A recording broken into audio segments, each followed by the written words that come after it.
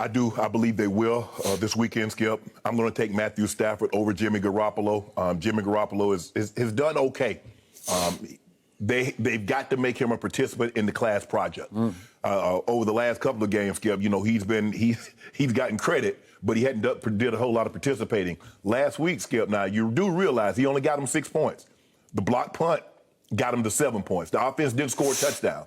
So with that being said, I love the way Stafford played. He showed you something. What he showed you last week was why they mortgaged their future, why they gave up the 2 first-rounders, why they gave up Jared Goff, and says, if we have this guy, he gives us an opportunity to go to the next level. He gives us, even though Jared Goff did get you to a Super Bowl. Go ahead. Yeah, but I think Sean McVay said had we had Matthew Stafford in that situation, we would have won, because that was one of probably New England's worst offensive performances in that game. Tom Brady was not particularly sharp. They did run the ball okay, but that was an opportunity. He had a terrible interception. He was late, had a guy wide open for a touchdown. I think it was yeah, he was late for a touchdown and let the DB get over the top of it. So with that being said, Skip, I'm going to take the 49ers. Excuse me. I'm going to take the Rams at home. You sure that wasn't like a Freudian slip there? For the second year in a row. Think about how long all the Super Bowls and how long we had to wait before we got a home team in their actual building playing in the Super Bowl, and you're about to have it in back-to-back years. Tampa last year, the Rams this year.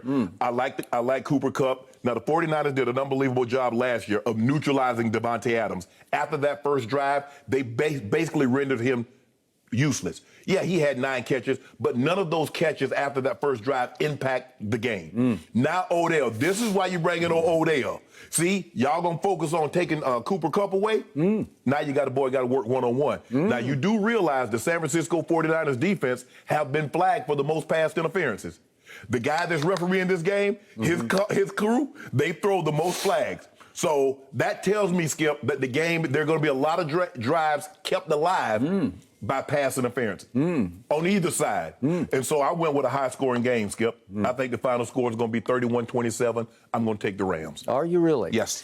Yeah. Shannon Sharpe, number 84, as we all see, because it's like knocking our eyes out. Now you a hater. I'm getting blinged right between. I can't even see across the table because the diamonds are just blinding me. I'm wearing the cross next week, Ben. Okay. Shannon Sharpe, in his professional career, watched a young man grow up literally under his nose in the Denver Broncos locker room. Young Kyle Shanahan. Yep. A chip off the old block of his father, who was your head coach, named Mike Shanahan, who has offensive genius about him. And I think the son inherited a little or a lot of that offensive genius. A lot of right? it. Yes. And it's highly possible that father is still contributing to son's game plans, right? Okay. Yes. So coaching matchup, I believe in Shannon Sharpe's heart of hearts that you would go Kyle Shanahan, right? Yes. Over Coach McVay, because he does a lot of clapping and butt slapping. And we once upon a time, not that long ago, September 26th, we saw Coach McVay, if we could see this, he ran all the way down the sidelines and up the tunnel chasing Deshaun Jackson, no longer a Ram, because he had caught a 75-yard touchdown pass against my Tampa Bay Buccaneers. Big win for the Rams, and there goes Coach McVay. He's running. This is Harry high school stuff, and this is the guy who has lost all these games in a row. We're up to six games in a row now to Kyle Shanahan's 49ers. 6 in a row. Okay, so I'm going to boil this down to 2 laws. We got 2 laws operating here. Okay. We got laws of average, the law of average, which is 6 straight times you're just bound to win one, right? Yeah. You're a good team, they're a good team, but after 6 straight, you're going to break through just on law of average, right? Yes. Then there's this other law that I like to call the law of the jungle. And there's a lion and then there's prey. Yes. And in the end, I believe that the 49ers know in their heart of hearts they are the lions. Okay. And that the Rams are the prey, as in not we're going to devour you kind of prey, but there are cheetahs and there are panthers, and they look the part, man. They are athletic, they are fast, they are sleek, they are cool. But the cheetah and the panther know if it ever comes down to a one-on-one, man-to-man confrontation, or for that matter, woman-to-woman confrontation in that case, in the jungle, who's going to prevail? Well, the Lions going to prevail. I believe the 49ers just know they have the number of the Rams because they know they are the mentally tougher football team. And it probably starts with Kyle Shanahan and Mike Shanahan, but then it filters down to one Debo. And Debo is going to be the toughest player on the field on either team. And again, I respect Aaron Donald and Von Miller and you name them. Yeah. You got all the Hollywood star power on the other side. I respect Odell's talent because he's got that Cheetah Panther kind of talent that's just spectacular. But in the bitter end, I believe I'm going with the Debo factor because I don't know if I've ever seen anything like Debo. He definitely has a defensive mentality on the offensive side of the football. He does. And when in doubt, they just toss it to him or hand it to him and say, you do it. Right. If it's 3rd and long at Green Bay, 3rd and 11, or it's 3rd and 7, I'm sorry, you just give it to Debo Hand him the ball and he go get the first down. He goes and gets you 9 yards, and that's the football game. Hold on. But doesn't that concern you? I remember in a situation earlier this year when the New England Patriots was doing the exact same thing. It was 3rd and long, it was 3rd and this, and they was handing the ball off, and you said it was because they did not trust one Mac Jones. So on a 3rd and 7, if you're handing the ball to Debo, if you're tossing the ball to Debo, do you not trust Jimmy G? Interesting you bring that up. Okay. I've called him Jimmy Gag. You have. He has a long and bloody history of gagging. Yes, he does. Late moments in big games, such as a Super Bowl against Patrick Mahomes and the Kansas City Chiefs, in which they were up 20-10 early in the fourth quarter. Right. And Jimmy G went Jimmy Gag. And he was horrendous in that fourth quarter, did throw a pick and did miss Emmanuel Sanders, now a Buffalo Bill, but missed him late and deep on what could have just changed the world at that point, right? Yes. Okay, so I look at these 6 straight wins. Jimmy G has played in 5 of the 6. Would you believe that Nick Mullins, just in 2020, he beat the Rams on a Monday night game on November 29th? He beat them 23-20. Nick Mullins beat the Rams? That's interesting. So let's look at Jimmy G's 5 games, 5-0 in his last 5 starts against said Rams. So will he feel pretty comfortable at SoFi? I think he will because he's been there and done that. Well, he just came back 3 weeks ago from 17-0. 17-0 down. So I look at his numbers against the Rams, that hellacious Rams defense with all that firepower and star power. He's completed 101 of 144 throws. That's 70%. That's pretty good. Pretty great, right? Yes. He's averaged 251 yards passing a game for his 5 starts. By his standards, that's pretty great. 7 touchdowns to 5 interceptions. Not that great. That's not great at all. But still, he has thrown 7 touchdown passes, but the key number is 5 because he's 5 and 0. That's the key number. Has he gotten a lot of help? Well, sure, I'll give you that. But I look at his QBRs. We love QBR, at least I do. He's averaged a QBR of 68 against the Rams. That's well above average. That's up there. That would have led the NFL. That would have led the NFL this year. It would have. He has a high of 97 in the Monday night game on November 15th of this year at SoFi. Yeah, 97, and that was 31-10 visiting team San Francisco. Right. So I'm going to say that Jimmy G feels at least as comfortable against the Rams as he does against anybody anywhere. Yeah. So you've got that going for you. And in those 6 straight wins, the 49ers have averaged 124 yards rushing. Well, therein lies the problem, Skip. Because here's the thing. When you look at the Rams defense and you look how they're predicated, they're built on getting to your quarterback. Yep. Well, in order to get to the quarterback, you got to pick a side and go. Yep. Well, when you play the San Francisco 49ers, if you pick a side and go, what you're going to do is you're going to create space. You're going to open up gaps. So you have to be careful. So now what do we do? Raheem Morris, the defensive coordinator, how are you going to play this? Because are you going to say, Aaron, really, bro, we need you to play straight down the middle and take on some of these runs. Vaughn, I need you to be more down the middle. This is a good question. Leonard Floyd, I need you more down the middle. If you're more down the middle, guess what? Now you're a step or 2 slow getting to the quarterback. Okay. So that's the dilemma that they're up against, and that's what happens when you play a 49ers. We love to play teams. When I was with Mike, we love to play a team that wanted to get off your quarterback. Okay. Because you made my job a lot easier. Because I knew you were going to pick a side. I just pushed you out the way and TD hit a crease. Okay. So is that what he's going to ask? You got to play the run first? I think he has to. So I think that buys Jimmy G just a second or 2 more of time that could be crucial in this game, because I got to tell you, down the stretch at Green Bay, I know it was 0 degrees, but He made 2 or 3 throws where I said, that works, but they were wide open throws. Right. Kittle got wide open because Kittle was getting wide open on every play. I thought they could have gone to him a lot more than they did, but it was just too cold to even try to throw it. Yeah. And Debo got open for a couple of big catches, and Ayuk he's pretty good. Yeah. So all their guys are great at run after the catch. Don't tell me they don't have 3 catch weapons that are serious business. All right? really very good run after catch. Okay, and it doesn't really matter who's running the ball. I don't care who it is. It can be anybody. Yeah. It can be somebody I've never heard of, and they'll get 4 or 5 yards every carry, right? Yes. Okay, now back to your Rams. There's a lot of Hollywood going on here. There's a lot of star power. There's maybe a little more, to me, sizzle than there is steak. I have always said that Matt Stafford can spin the football as well as anybody in the game. We saw it last week. Bruce Arians has said there's one guy I go out to watch warm up. I'll go out a little early just to watch him throw the football. Right. Because he's got a big arm, and he was Mahomes before Mahomes. He was. Because he was throwing sidearm and no looks and whatnot. You don't get no credit because you played in Detroit. You lose it. You can't get no credit. Okay, so what do I say about Matt Stafford? I told you from day one this year, I just don't completely buy into him in the biggest of games. So he caught Arizona reeling, plummeting, and did a number on them. And then he caught Tampa a little off guard in the first half, and he did a number on them. Yeah, did a number on Brady. And then the second half came. And did a number on him. Guess what happened in the second half? He threw 2 big passes to get them down the field goal range, and they won? Up to that moment, those 2 late moments to Cooper Kupp, Matt Stafford had a grand total of 73 yards passing in the second half.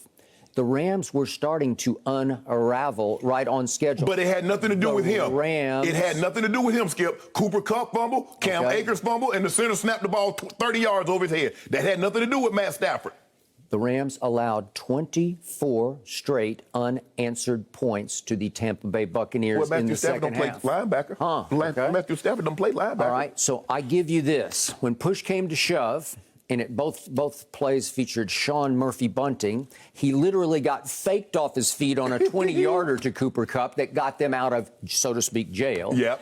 And then all of a sudden, when I least expected it, on 3rd and long, Todd Bowles brought the house. And I love Todd Bowles, and I don't mind bringing the house if you can, in fact, get to the house. You got to get home. Yeah. Right? Yeah, you do. And Sean Murphy Bunting, I still don't understand it. He is unblocked coming out of a slot blitz, and he just pulls up, and I don't know what possessed him. I have no idea, but he pulled up, and Matt Stafford had the extra second to get rid of the football, and he just threw it straight up to the one receiver who was running a decoy route on this play. And I give you all the credit in the world. He threw him up, basically what was a run and get it ball. You just heave it down the middle because while I don't trust the quarterback with all his heart and soul trusts that receiver because that receiver is really, really good. He had a historic season. So could Cooper Kupp be the difference in this game? He could be. Yeah. Because he is uncoverable at this point. And you look at the games, he's had big games against both times this year, Skip. Well, who hasn't he had a big game against? He had 183 yards against the Tampa Bay Buccaneers when I least expected it, but he got 64 of them, 20 plus 44, on those last 2 throws that literally stole the game out from under the GOAT, Thomas Edward Brady. Skip, you like Jimmy G, but here's the thing. Check Jimmy G's 5 career playoff starts. He's averaging 146 yards a game.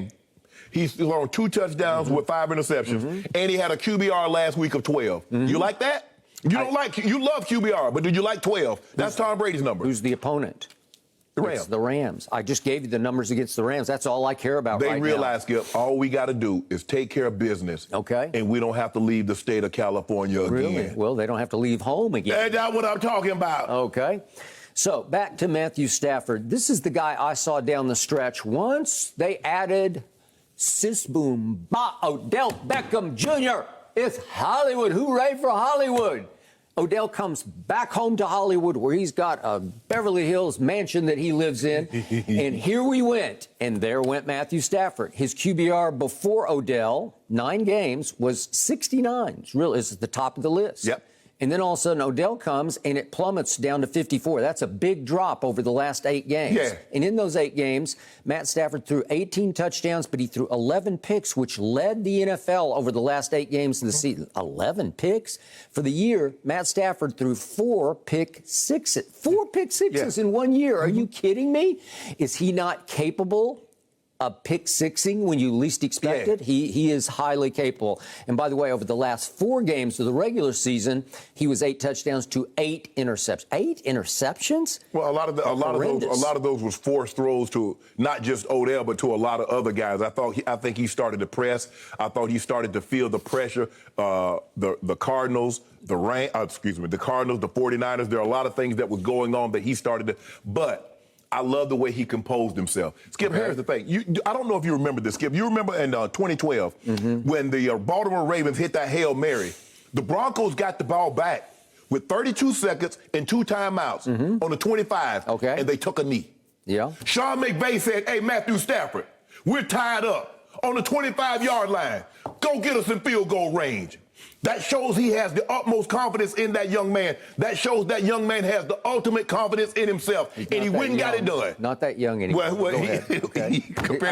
think McVay is younger than Matt Stafford. He seems like it. He might be, Skip. But it just goes to show you the confidence level. Think about that now. That's Peyton Manning, who was a 4-time Super Bowl and a Super Bowl MVP. Yep. And they took a knee.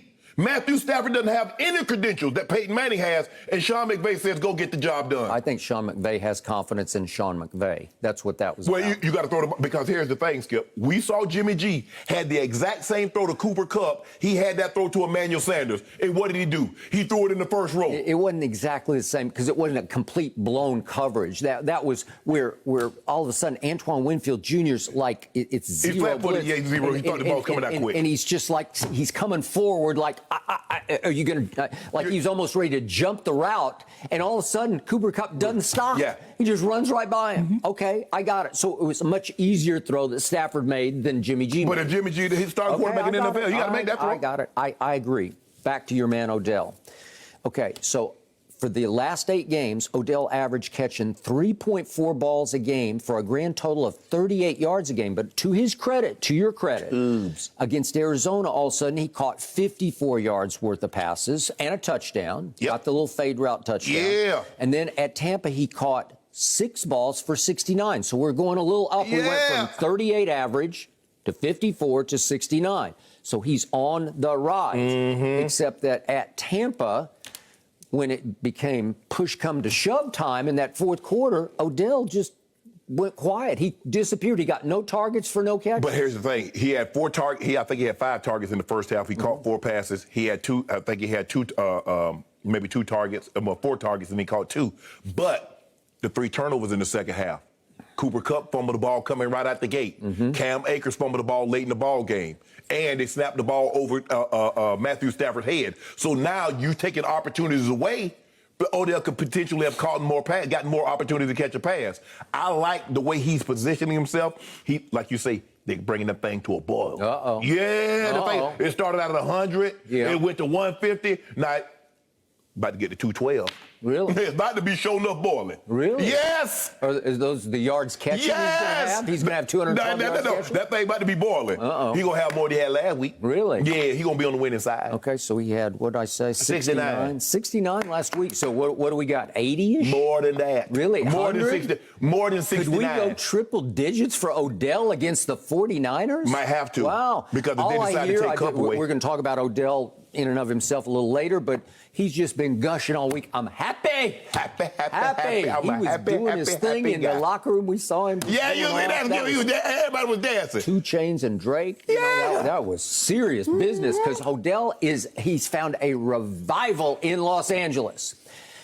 Right here, right now, I'm here to tell you that this Hollywood ending will not be a happy one. Okay. I believe that I don't trust Matt Stafford or Odell Beckham Jr. on the biggest stage against that team. But you trust Jimmy G? I'm going to trust Jimmy G to make just enough throws. Okay. I'm going to trust Kyle Shanahan, the run game, and I think an underrated 49er defense that, boy, they did a number on Aaron Rodgers, didn't they? Yeah. 10 points? Well, I mean, Wow. hey, you know what I'm saying? Hey, he only had one guy. But here's the thing, Skip. The Rams defense, run defense, they're 16 yards, 50 yards per carry. You got to make Jimmy G participate. Okay. Let's do it. He's gotten a lot of credit. And great script, you know, when you're the winning quarterback, you're going to get credit. Yep. But I want to make him a participant. I need him to throw for 300 yards. I'm not going to let them run for 120, 150 and have Jimmy G barely participate. Basically, he just puts the paper on the teacher's desk, and that was his participation in the project. Really? You know what? I think Jimmy G has been the driving force of the project. For 5 games, averaging 251 yards passing. You couldn't do it without that. So I'm trusting Jimmy G over Matt S. That's what I'm doing. I'm going Jimmy G. I'm going much lower scoring than you. I think this is going to be a physical knockdown, drag out.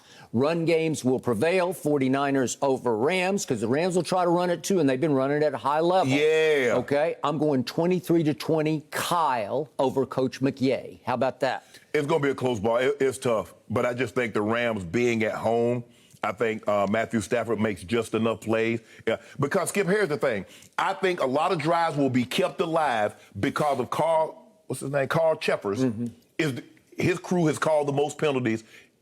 There's a reason why. Think about it. In one game, in the NFC game, the referee that called the most penalties, and on the AFC side, the official that called the fewest penalties. So that game in the AFC gonna get a bunch of numbers. Sounds like somebody's a little desperate across from me, because you're groveling for bogus flags, bogus pass eyes, right? No. Here's the thing, Skip. The 49ers commit the most PIs because I believe their secondary is the weak part. So the problem is, can you get into the secondary? Because that front seven, Fred Warner will blitz. But, you know, with Bosa and Armstead, they got guys that can go get home with just 4, and they don't really have to sacrifice, but they will. D'Amico Ryan, who's done a great job, I don't know how many interviews he's got. By the looks of things, he hasn't got many.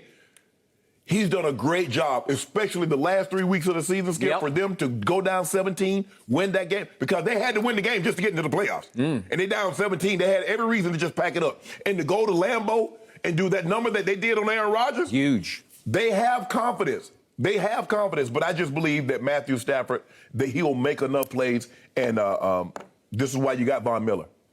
This is why you traded second round and third round pick to go get Von Miller. Von Miller, big game hunter. Okay.